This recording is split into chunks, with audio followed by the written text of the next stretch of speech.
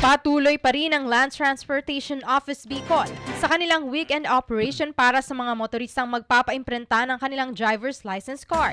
Ayon sa tanggapan, bukas pa rin ang ilan sa kanilang mga area offices sa rehiyon tuwing Sabado, alas 8 ng umaga hanggang alas 12 ng tanghali.